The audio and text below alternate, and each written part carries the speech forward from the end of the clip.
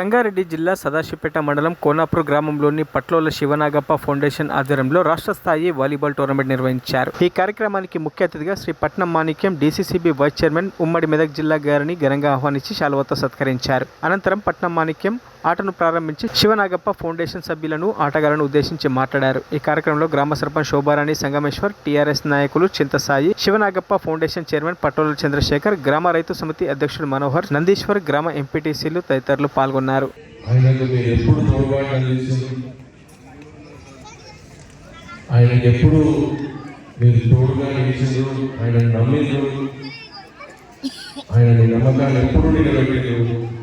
ప్రతినిత్యం అందుబాటులో ఉన్నారు, ఫోన్ చేస్తే అందుబాటులో ఉన్నారు, పిలిస్తే పలికేళ్ళు. ఈ గ్రామంలో ఎంత అభివృద్ధి అయితే జరిగిందో మీ కళ్ళ ముందే ఉన్నది. సీసీ రోడ్లు కానీ, డ్రైన్లు కానీ, రాజకీయంగా ఎంతో చైతన్యం ఉన్నటువంటి గ్రామం ఇది. ఇదే కొనసాగాలని, ఒక మంచి స్ఫూర్తిని ప్రదర్శించాలని, అందరు ఐకమత్యంతో ముందుకు సాగాలని, మీ ఐకమత్యమే ఈ గ్రామాభివృద్ధి కానీ, మండలాభివృద్ధి కానీ, అదే ఈ నియోజకవర్గ అభివృద్ధి కానీ పనిచేస్తుంది. ఒకరికొకరు స్ఫూర్తిగా ఆదర్శంగా నిలవాలని పనిచేస్తూ ఉంది.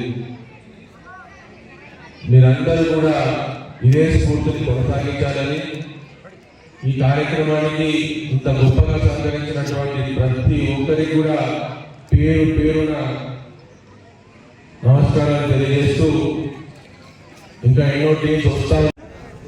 ఇంతకు సాయి చెప్పినట్టుగా ఏ గ్రామానికైనా కూడా అభివృద్ధి, మంచి వాతావరణం ఉండాలన్నప్పుడు ఆ గ్రామంలో ఐకమత్యమే ఇంపార్టెంట్. కాబట్టి కోనాపూర్ గ్రామానికి సంబంధించి శివనాగప్ప గారు అత్యంత ఆత్మీయులు, అంత ఉన్నదైతే పనిచేస్తున్న పక్షంగా మేమందరం కూడా తను కూడా చనిపోవడం జరిగింది.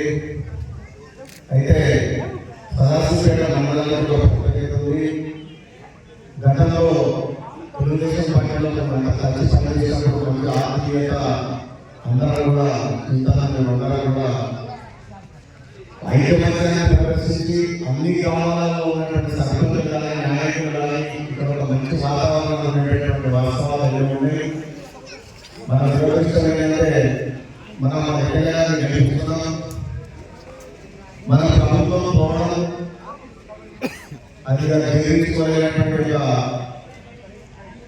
విషయాలుగా భావిస్తూ మళ్ళీ మనందరం కూడా ఉత్సాహంగా మరిన్ని అప్డేట్స్ కోసం మా ఛానల్ని సబ్స్క్రైబ్ చేయండి.